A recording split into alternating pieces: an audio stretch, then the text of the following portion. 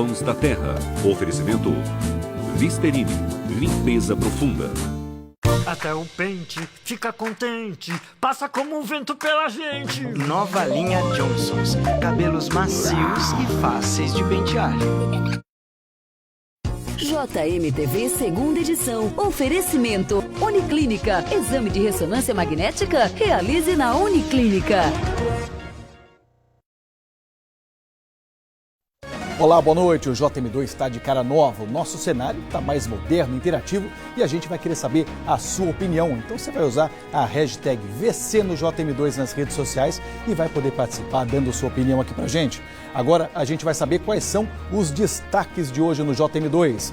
Mais de 1000 casos de violência sexual contra crianças e adolescentes no Maranhão em um ano. Números que chegam aos organismos oficiais não chegam nem a 10% do que efetivamente acontece. Moradores tentam resistir à ação de despejo na comunidade tradicional do Cajueiro aqui em São Luís. As famílias estão sendo retiradas para que seja construído um terminal de uso privado. E o bom momento do esporte maranhense. O Maranhão é destaque no Pan-Americano e cada atleta que está representando o estado lá em Lima, no Peru, é referência para essa garotada que está começando. O JM2 está começando agora.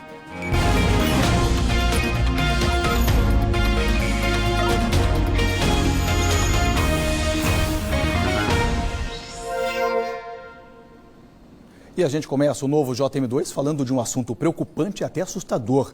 Quase 100 casos de violência sexual contra crianças e adolescentes são registrados por mês aqui no Maranhão, segundo os dados da polícia. Os nossos repórteres fizeram um raio-x dos casos no estado e descobriram que, na maioria dos casos, os agressores são da família da vítima e que o medo de denunciar faz com que esses números possam ser até 10 vezes maiores do que os registros das delegacias. Os olhos dilatados viram em diagonal, a sobrancelha franzida sobre olhos medonhos arregalados tanto quanto as narinas e a boca, e ficou encurralada. Depois de 25 anos, a Milena decidiu romper o silêncio. Encontrou voz na escrita para falar sobre o abuso sexual que sofreu na adolescência e dos traumas que ficaram. Na escrita a gente é livre, assim, sou eu e o papel, e tá tudo bem, então eu posso falar tudo o que eu quiser. E durante esse trabalho eu percebi que ajudava, né, e que o desabafar, o organizar mesmo, né, esses sentimentos, e as coisas foram ficando um pouco mais fáceis. E foi depois disso que eu, resolvi trabalhar esses exercícios comigo também, buscar ajuda médica, que é fundamental. Muitas meninas ainda sofrem caladas. O agressor, ele se prevalece da relação de confiança que existe com a vítima, e por isso os números indicam que 90% das agressões, dos abusos sexuais cometidos contra criança e adolescente são praticados por pessoas próximas ou do ciclo familiar dessa vítima, né? Então aí a gente tem pai, padrasto, avô, avó, tios, irmãos, amigos íntimos, vizinhos.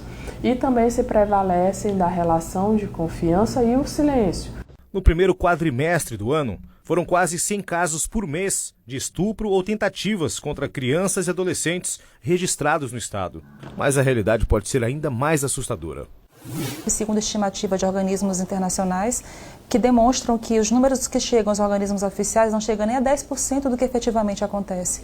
Então é um problema que ainda está ocultado, ainda não está, nós não temos ainda de fato uma dimensão real do problema e nós precisamos trabalhar em cima disso para que essa cultura de estupros ocorridos dentro das relações familiares pare de acontecer como está. Em Tutóia, a polícia ainda investiga a suspeita de abuso sexual contra um bebê de apenas 1 mês e 7 dias. Depois de passar mal, a pequena Vitória foi levada ao hospital, onde peritos encontraram sinais de violência. A linha é de que seja alguém da família, não há como fugir disso, uma vez que a criança estava na casa do pai.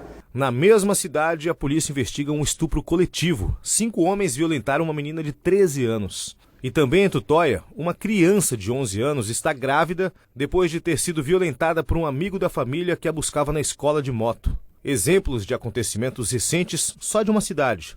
E o Maranhão tem 217 municípios. Os números são cruéis, ainda mais se levarmos em consideração as tais subnotificações, ou seja, casos que não foram denunciados e ficaram apenas na mente e na alma das vítimas.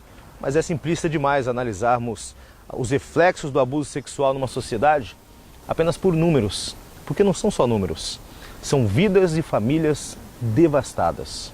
O abuso sexual ele traz consequências que podem se manifestar durante o tempo do abuso, mas geralmente essas consequências elas perduram. Para a família, em especial se essa violência ocorre intrafamiliar, existe um pacto, né, de segredo que é estabelecido nas relações de violência, que são extremamente danosos, não só para a pessoa que é vítima, né, como para, por exemplo, para os irmãos, para os outros membros da família. O Centro de Perícias da Criança e do Adolescente em São Luís recebe cerca de 200 casos para analisar por mês, só na região. Quase 2.500 por ano. A perícia identifica se há sinais de abuso e nem sempre esses sinais aparecem no corpo.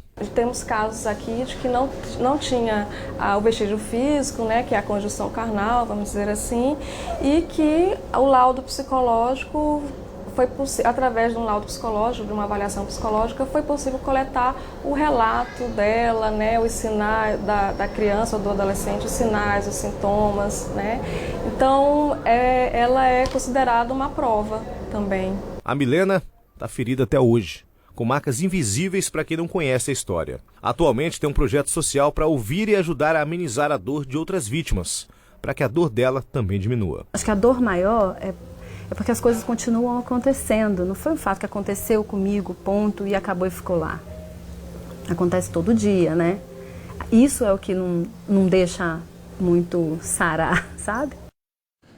E você viu aí que os especialistas disseram que muitos desses casos não chegam ao conhecimento das autoridades. A gente tem aqui números da Polícia Civil sobre esse balanço que mostram a quantidade desses números no balanço de 2018. Aqui, todo ano de 2018, foram 1.047 casos de violência sexual contra crianças e adolescentes que foram registrados aqui no Maranhão. E o último balanço que a gente tem oficial da Polícia Civil, que é de janeiro a abril desse ano, 321 casos. Se a gente for considerar que apenas 10% desses casos são denunciados, a gente tem aí uma estimativa que pode chegar fácil, pode até passar os 10 mil casos, que é no caso do que foi registrado aí no ano passado. Por isso, os especialistas alertam sobre a importância de educação sexual para as crianças, jovens e adolescentes e também a vigilância de todos. E só lembrando que esses casos podem sempre ser denunciados pelo Disque 100. E agora a gente vai falar ao vivo com o Alex Barbosa. Ele está ao vivo e tem informações para a gente, né, Alex? Sobre esses casos que a gente viu agora há pouco, né? Uma boa noite para você. Boa noite, Giovanni. Boa noite a todos. É isso mesmo. Lembrando que a gente citou aí na reportagem Tutóia, mas só um exemplo, né?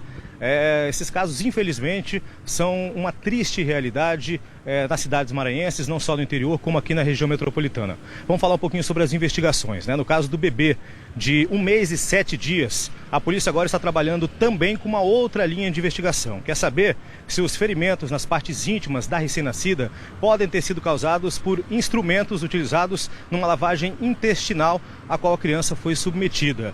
Médicos e enfermeiros do hospital lá de Parnaíba, no Piauí, onde a criança foi atendida, vão ser intimados amanhã para prestar esclarecimentos. Mesmo assim, a hipótese de abuso sexual ainda não foi descartada. Com relação ao estupro coletivo contra a criança de 13 anos, os criminosos já foram identificados, 3 menores foram apreendidos, um maior está preso e um outro menor está foragido. Sobre a menina grávida de 11 anos, a polícia está em fase de apuração. Está ouvindo pessoas próximas da criança. É importante sempre as pessoas denunciarem, portanto, esses crimes são absurdos. Giovanni. Valeu, Alex. Obrigado pelas informações. E depois do intervalo você vai ver que 20 casas foram demolidas na comunidade do Cajueiro, aqui em São Luís. A ação de despejo, que é contestada por várias entidades, foi feita por dezenas de policiais.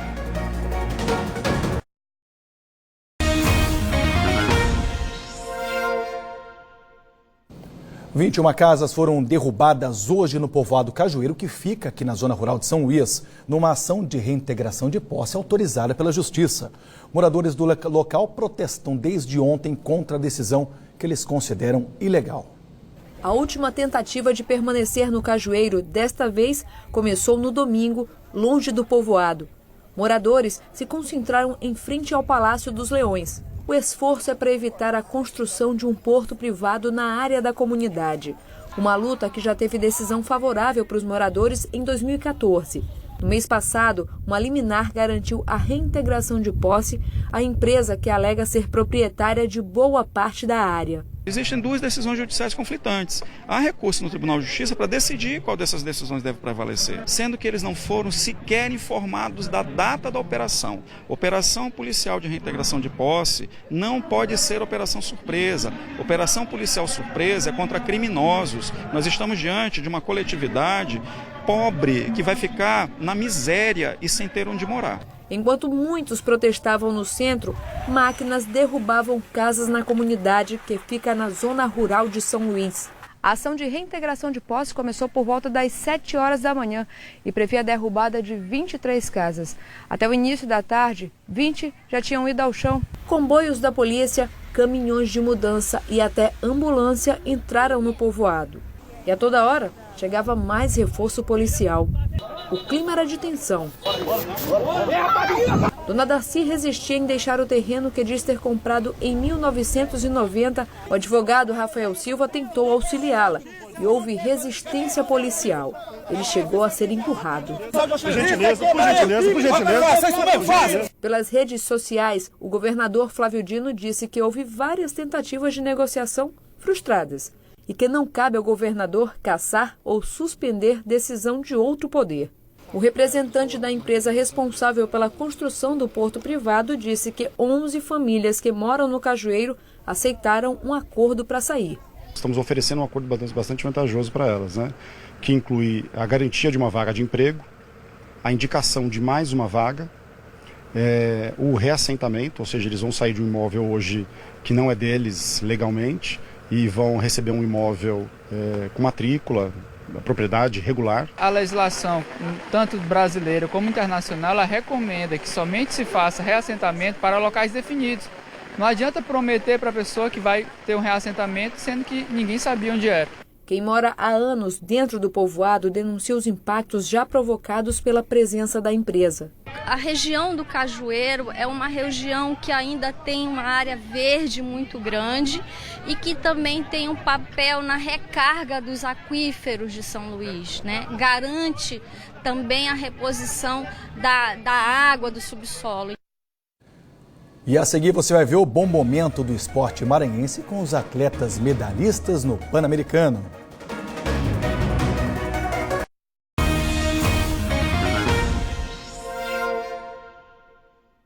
E a gente falou no começo, então agora a gente vai ver a opinião de quem está acompanhando esse novo JM2 nas redes sociais. Pessoal que usou aí a hashtag VC no JM2, vamos ver o que eles estão falando. O Ronoan Campos falou que ficou escândalo, ele adorou essa pegada bem nacional e agora ele vai se preparar para marocar o look completo da gente todos os dias, é isso aí. A Rosimeire falou que ficou show, a Carla Coreira também achou, falou que está lindo. Tem gente aqui que já estava na expectativa, o Diego estava nessa expectativa desse novo cenário. O Joel Broder falando que é disso que o povo do Maranhão ama e gosta, um jornalismo de qualidade e agora com um novo cenário. Parabéns, JM2. Quem mais está parabenizando a equipe aqui? Realina Costa. Eu sei que vocês estão sempre pensando em promover o melhor aí para todo mundo, seus telespectadores. Então é isso aí. Só lembrando que nessa hashtag você vai poder mandar para a gente esse tipo de comentário, também denúncia e outras coisas que você quiser mandar pela rede social. Agora vamos lá, tem muito maranhense brilhando nos esportes mundo afora e esse foi o Pan-Americano que o Brasil mais conquistou medalhas, ficou em segundo lugar no quadro geral com 171 medalhas, sendo que 55 de ouro. 4 dessas medalhas ficaram nas mãos de maranhenses aqui do estado, isso sem contar as meninas do Sampaio Basquete que ajudaram o Brasil na conquista do título. No kitesurf, Bruno Lobo escreveu seu nome no Pan-Americano. Ele foi o primeiro maranhense campeão da classe estreante dos Jogos. A medalha de ouro foi na Fórmula Kite, competição de velas que aconteceu no último sábado. O cenário foi a Baía de Paracas. 2 vitórias e um segundo lugar nas regatas consagraram o kitesurfista campeão. Bruno agradeceu a torcida maranhense. Fala pessoal, aqui com a medalha de ouro. Subindo ao lugar mais alto do pódio, levando a bandeira do Brasil. Estou muito feliz, queria agradecer a todos que estavam na torcida, mandando mensagens durante toda a semana. Essa vitória é nossa, é do Maranhão. Das águas para as quadras, as meninas que vestem a camisa maranhense no Sampaio Basquete, Tainá, Tati Pacheco, Rafaela e Clarissa, também colocaram o Brasil no topo do pódio depois de derrotar os Estados Unidos por 79-73. Ainda nas quadras, na seleção brasileira de handebol, a maranhense Ana Paula ajudou o Brasil a vencer a Argentina por 30-21. Além do hexacampeonato, a seleção ainda garantiu vaga nos Jogos Olímpicos de Tóquio em 2020. Aqui em São Luís, durante a primeira fase do James, o nome de Ana Paula ecoa pelos ginásios onde as partidas são realizadas. É um exemplo mesmo, ainda mais que ela é daqui, né, do Maranhão, então assim, de certa forma dá muito orgulho pra gente, é com certeza inspiração. Isso motiva muita gente aqui, sabendo que nós do interior dá pra gente chegar muito longe, como ela chegou. No hipismo, o cavaleiro Marlon Zanotelli conquistou 2 ouros, um deles na prova individual. Esta foi a segunda medalha do hipismo no Brasil nesta edição dos Jogos Pan-Americanos. O Maranhão é destaque no Pan-Americano e cada atleta que está representando o estado lá em Lima, no Peru, é referência para essa garotada que está começando. Primeiramente, é dar uma vida melhor para minha família, ajudar todo mundo, de certa forma também ajudar as outras pessoas que vão estar iniciando o esporte. Isso é um dos meus objetivos. E as conquistas de maranhenses em competições pelo mundo devem continuar. Lembra da fadinha do skate maranhense que participou do Mundial de Skate em Los Angeles? Pois é. Se o ranking internacional que classifica os skatistas para os Jogos Olímpicos de 2020 fechasse hoje, Raíssa estaria credenciada para embarcar rumo a Tóquio. A garota domina as 4 rodinhas, é a 3ª melhor do mundo. Raíssa Leal, no Brasil. A fadinha! Que história linda, que história linda. Soltou toda a sua mágica em Los Angeles, deu Brasil, deu Raíssa! E é isso aí, parabéns aos campeões, a gente fica por aqui. Lá na internet você vai encontrar daqui a pouco as reportagens de hoje. Para você, um ótimo começo de semana e até amanhã.